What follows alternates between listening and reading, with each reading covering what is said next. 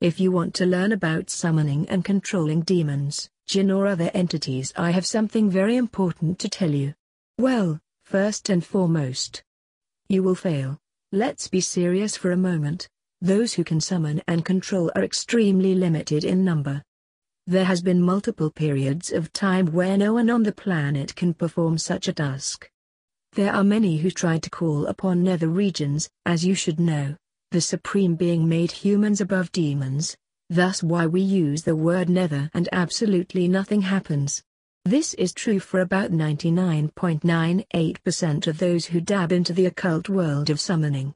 Usually, rituals are performed in error or the summoner is not spiritually attuned enough. For the not-so-lucky few who can actually summon, I leave you this. Research Aleister Crowley. The jinn gave him knowledge and madness. He claimed the demon to be named Awas, a spirit from ancient Egypt was guiding and writing his books. There is no way for a man of his contemporary stature to have written such works without the aid of the paranormal. Do not marvel Crowley, most are not as lucky as him. Hysteria, mania, suicide, violence, murder, torture, are many adjectives associated to those who dare speak the name of demons. You cannot control them. Repeat it to yourself, you cannot control them. Crowley couldn't. You cannot.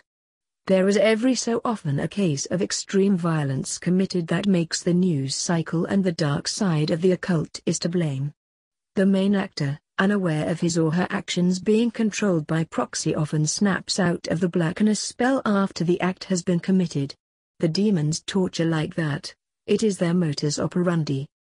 Now there are good jinn, as duality teaches, but do not even concern yourself with them. You cannot trust something you cannot control. In our modern time, various backwater groups, often with the word Satan in their name, will claim they can summon demons by performing strange and meaningless rituals with lots of incense, pentagram medallions everywhere, and other various things. Usually these people are delusional and suffer from psychological medical conditions, and any sort of quote-unquote contact with the netherworld is schizophrenia or delusion. Such people are usually tormented by negative vibration also. A lot of these so-called demon summoning guides you can find online will say you need to offer something to the demon you are summoning. That is the first and most important realization right there. You already cannot control it. It is demanding of you. Like I previously said, 99.98% will fail at even getting this far. But if you do actually manage to summon a nether demon and you do not make it your submissive or dismiss it properly immediately, you are in big trouble. We are above the nether, they do our bidding. Not the other way around. Only a fool does not understand this warning. Demons can without bias enter a person or animal with a pineal gland. It does happen rarely, but it is happening now with more frequency as exorcisms are being practiced at a record number. It is best not to invite them, because they can become unwanted house guests you cannot evict. King James, the same King James of the authorized version of the Bible, and his contemporary Mr. Francis Bacon both wrote several wonderful pieces on demons. Manly P. Hall speaks in the greatest of detail about the subject. His writings should be considered the highest form of available knowledge to the non-initiate. The Testament of Solomon, supposedly written by the great light-bearer himself, is one giant warning to stay away from demons.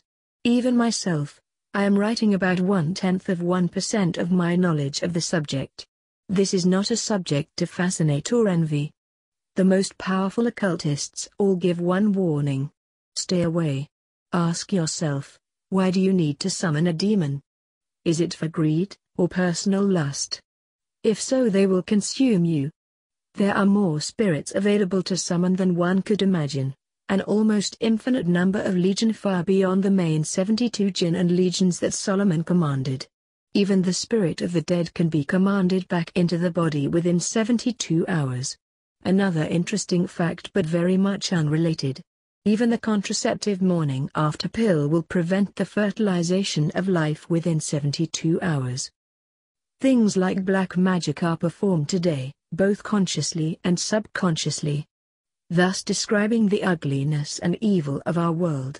escaped Jewish mysticism from a period predating even the Kabbalists is to blame for this. There is a perversion of power in our world today by those who do not understand what they are doing and subconsciously financing what the Hindus call Kali Yuga. I will shed some light on something few will understand. Why does it seem evil spirits go mad when hearing religious works?